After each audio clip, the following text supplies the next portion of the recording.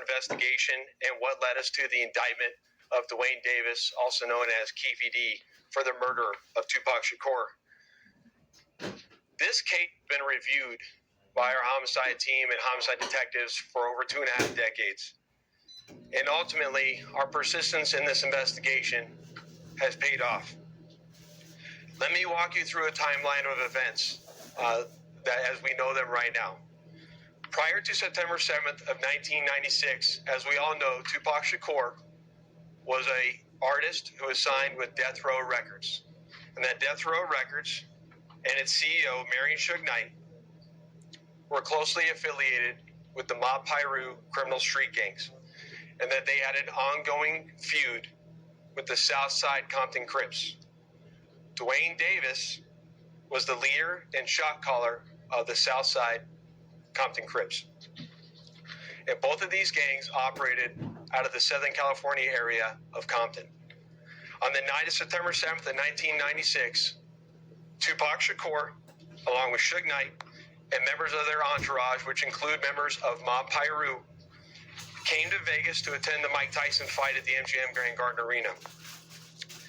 Members of the Southside Compton Crips, which included Dwayne Davis, along with his nephew Orlando Anderson, were also in attendance at the same event. As both were leaving the fight, members of Death Row Records spotted Orlando Anderson near an elevator bay bank inside the MGM, and at that time they began to kick and punch him near that elevator bank. I will now show you hotel security footage, as many of you have already seen, related to this incident.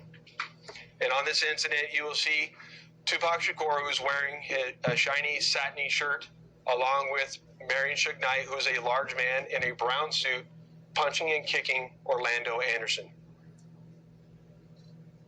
Following this incident, you'll see hotel security intervene, and then they will leave the area of the fight.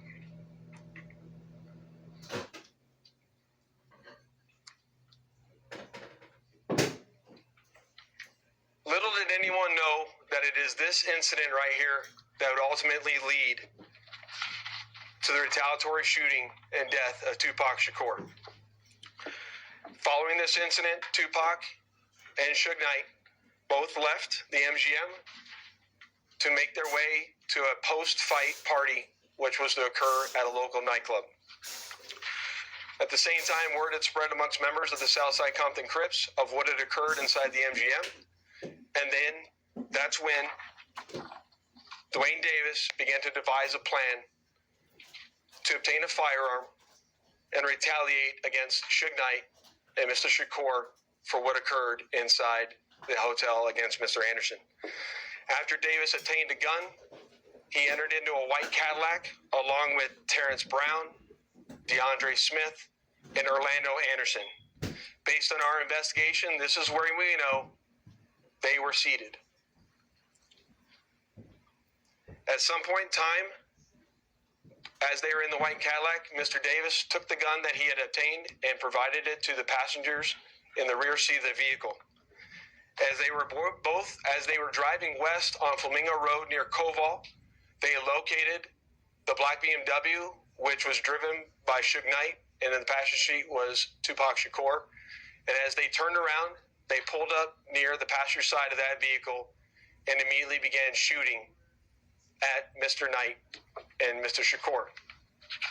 Following that shooting, the white Cadillac fled the area southbound on Koval, and after our officers arrived on scene, Tupac was later transported to the University Medical Center, where he was treated medically and died approximately 6 days later on September 13th.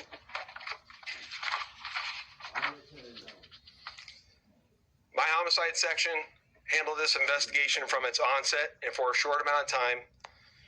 And within a short amount of time, what we knew was that we were working a gang investigation where our victims, our witnesses, and our suspects were all from Southern California and not local to Las Vegas. Within the first few months of the investigation, our detectives knew most of the information I just briefed you on. However, we never had the necessary evidence to bring this case forward and present it for criminal charges. As time went on, this case had been reviewed multiple times by different investigators assigned to my section, but it wasn't until 2018 that this case was reinvigorated as additional information came to light related to this homicide. Specifically, Dwayne Davis's own admissions to his involvement in this homicide investigation that he provided to numerous different media outlets. In our section, we knew at this time that this was likely our last time to take a run at this case to successfully solve this case and bring forth a criminal charge. It was at that time that this case was assigned to Cliff Mogg, a detective within my homicide section.